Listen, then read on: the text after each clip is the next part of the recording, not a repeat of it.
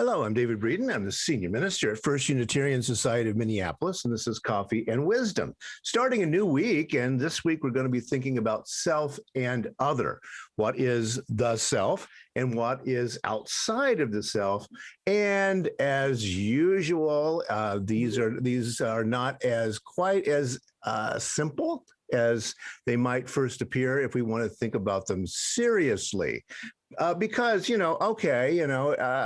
there's one thing that you do know, it is yourself, right? Self-discovery, self-consciousness, maybe not. That would be probably what we need to say here. So let's think about it. Well, first off, I do have to say, philosophical jargon alert, the concept of the other is based in continental philosophy, first used by Hegel, but brought to the center of the work of Edmund Husserl, 1859 to 1938, and he was the founder of phenomenology. What's phenomenology? That's the study of the structures of consciousness. How do we know what we're thinking, how we're thinking, and how we can change our thinking is the idea here. So the other is a concept that comes out of continental philosophy, usually a capital T and a capital O when we're dealing with this. But as you very well know, nowadays we use this pretty interchangeably with other ideas. But one distinction is between an I, the self, and the other. And another is that distinction between an us and them. What makes I and something else, which we learn pretty young psychologically, right, in our culture, and it is different in different cultures, but it makes perfect sense that we are bounded individuals and there's something else out there.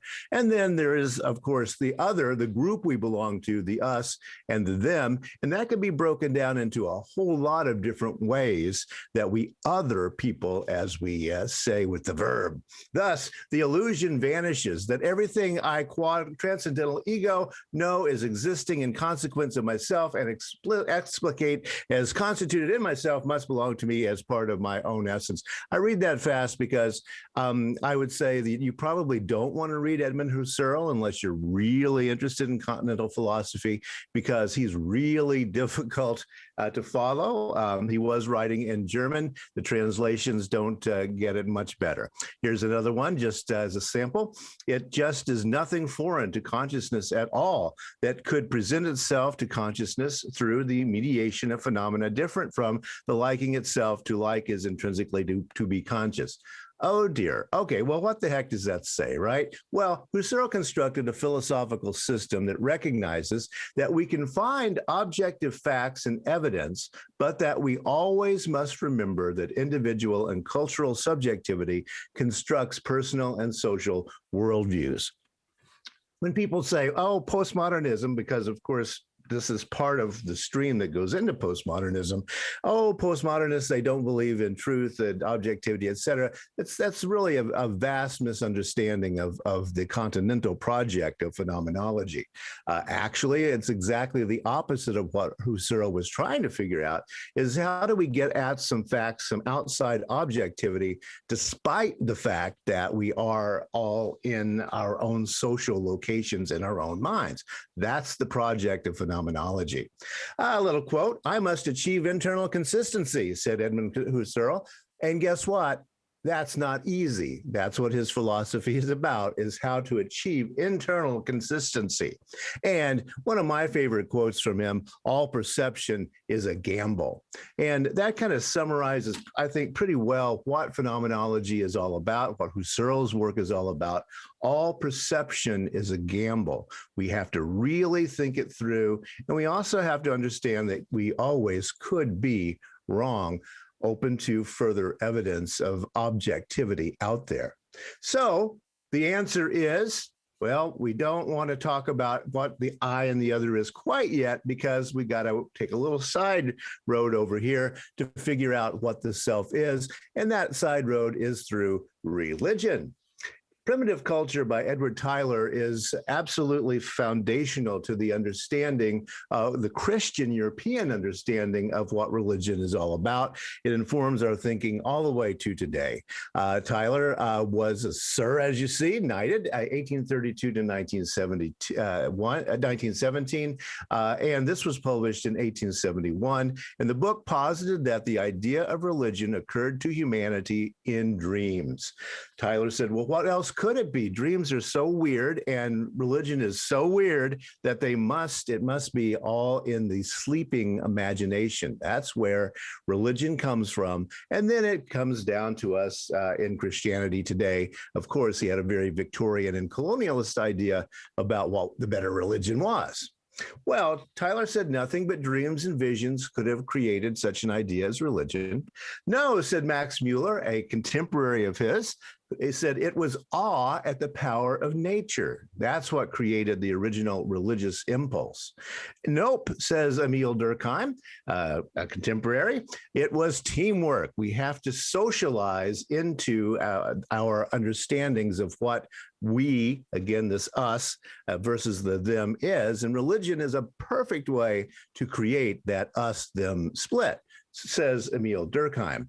Well, and then along comes a little bit later, Sigmund Freud and Carl Jung, psychologists, who say, no, religion is all about the human psyche. So what is it? Where did the religious impulse come from?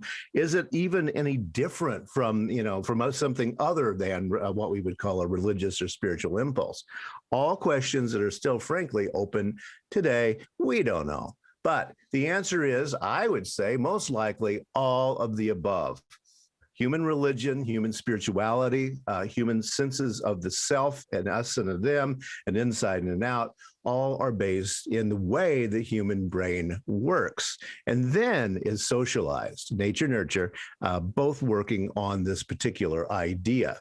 Now, having taken that little side road off into religion, let's go back to the main highway here and say that Husserl's work led to the concept of intersubjectivity. How do we get outside of our own heads? Well, we get outside of our own heads by talking with other people, by going out into nature, by looking and really trying to understand how animals think and that kind of thing. And then we intersubjective. We compare thoughts in some way and begin to understand that we aren't the only thing in the world, and then get outside of our egotism. Now, you see how that also fits back into the human religious impulse, of course. So self and religion are very much connected with each other. Well, I want to look real quick here at intersubjectivity. Again, we got to set this up as what we're really talking about to pull it out a little bit out of the sort of pop understanding of these things. So the Oxford reference says intersubjectivity is this: the process and product of sharing experiences, knowledge, understandings, and expectations with others.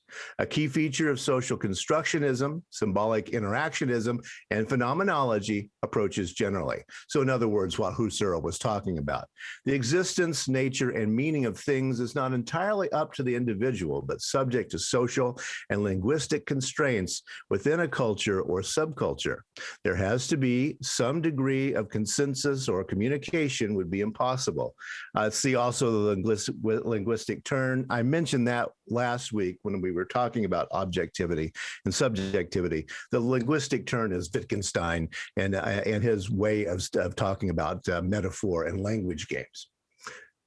The reference goes on. The concept of intersubjectivity not only counters the undiluted subjectivism of extreme philosophical idealism, but also the pure objectivism of naive realism, since the same constraints filter our apprehension of the world. Now, notice what's going on here. This is saying that actually the postmodernist impulse is going to try to walk between these two particular ideas: naive realism, it's got to be true because I think so, and pure philosophical idealism, that you can think about reality any way you want and you're always right. It goes on to say things and their meanings are intersubjective to the extent that we share common understandings of them. Cultural identity is experienced through intersubjectivity.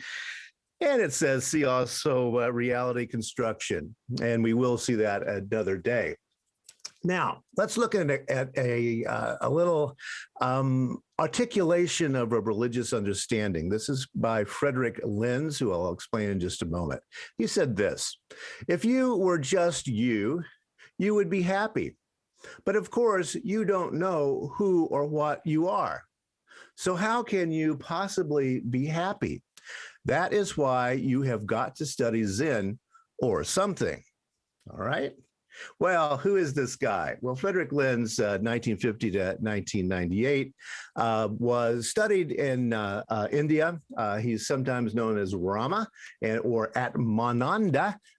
Two gurus named him. He actually left the ashrams and came back to the U.S. and never really probably got his real blessing from his gurus. And as a matter of fact, you can kind of see how this might be a problem, because here's Frederick Lenz's book, Surfing the Himalayas, A Spiritual Adventure, and Snowboarding to Nirvana, A Spiritual Journey. Well, I think that's probably a misunderstanding of what Hinduism is all about. But also notice that he's going to mix this up with, as he mentioned earlier, Zen. Well, and we've talked about this before in Coffee and Wisdom, the very Western, the very American idea of just jumbling all Asian thought up together and calling it something else, some other kind of soup. Yeah, let's hear from Frederick a couple of times here.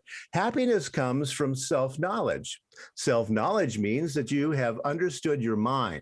Your mind is the whole universe. Now, you see how this is exactly opposite of intersubjectivity.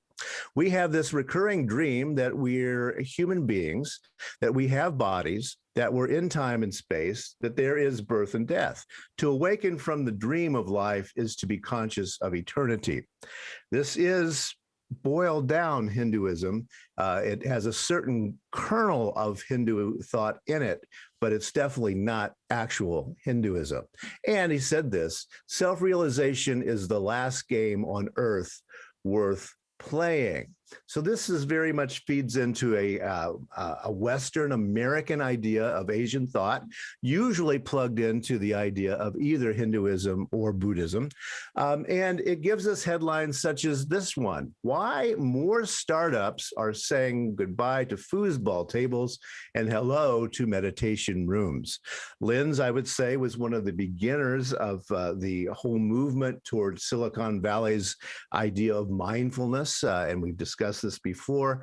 Probably not all that good of an idea if you back up and go back to Husserl, because wouldn't Husserl recommend foosball, not meditation rooms? Why would that be? Well, guess which is better for intersubjectivity, getting outside your own mind and creating a shared reality.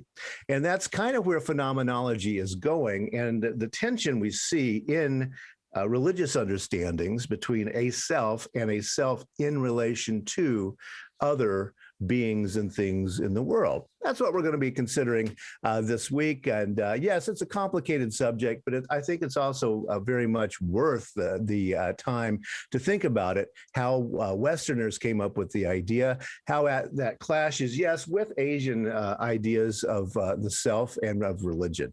So that's the subject of this week, self and other. Join me again tomorrow. This week, I'll be talking on Sunday about putting in the human and taking out the ism in humanism. And that's part of what I'm thinking about this week as we talk about this idea of intersubjectivity. Thanks a lot, and I'll see you tomorrow.